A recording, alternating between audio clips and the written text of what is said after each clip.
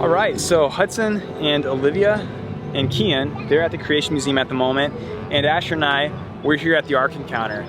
So as we continue to explore the 7 seas and just follow along God's story of redemption, we're here at the Ark Encounter, and we're going to be going to look at a couple different of the 7 seas. One of them corruption, one of them cross, and so at the moment I think we're going to head to deck 2 of the Ark. It should be awesome. There's all these big bushes that are carved out as animals. So at first you're just like, oh, that's a cool way to have a bush. But if you actually look, there's always groups of animals, and they're all in pairs of 2. One bigger one, one little one. So it's male and female kinds of animals, and they're all headed to the Ark. Wow. Unreal. It's incredible. Just being here at the base of the Ark, it just gives you perspective. Like, you read the story in Genesis and you try to picture in your mind what the Ark might have been like, but standing here in the shadow of this huge boat, it's just like, it just puts it in perspective, and it just gives you a taste for what it might have been like. It's so epic.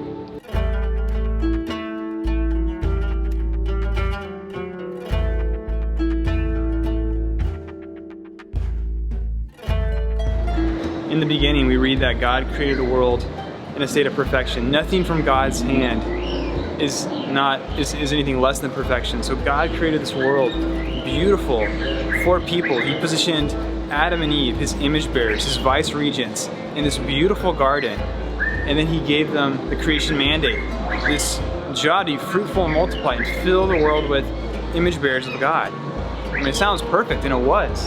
But as we know, reading on into Genesis chapter 3, it didn't stay that way. Something happened. The second sea that we have to consider is corruption.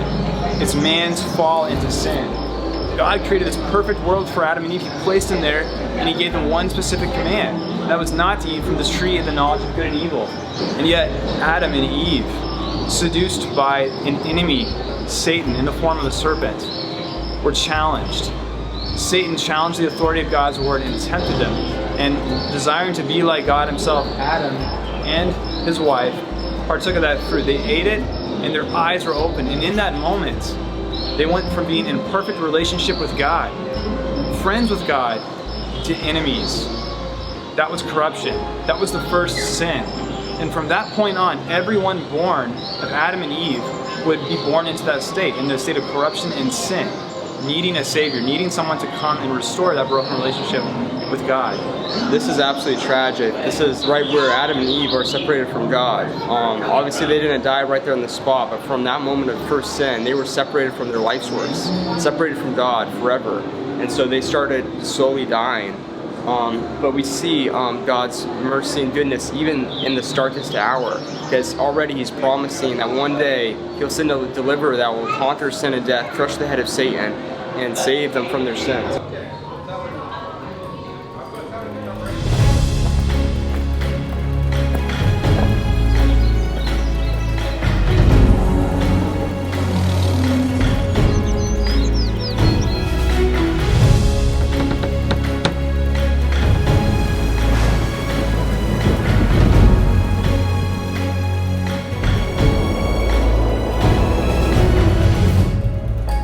Thanks for watching The Wild Way, and double thanks if you've already liked or subscribed to our YouTube channel. If you want to get more involved with us, visit our Patreon website. Hit the link below to learn how you can become a member of our patron team and partner with us. Also, you'll get awesome benefits, like exclusive vlog videos, like Wild Brothers merchandise, and a lot more.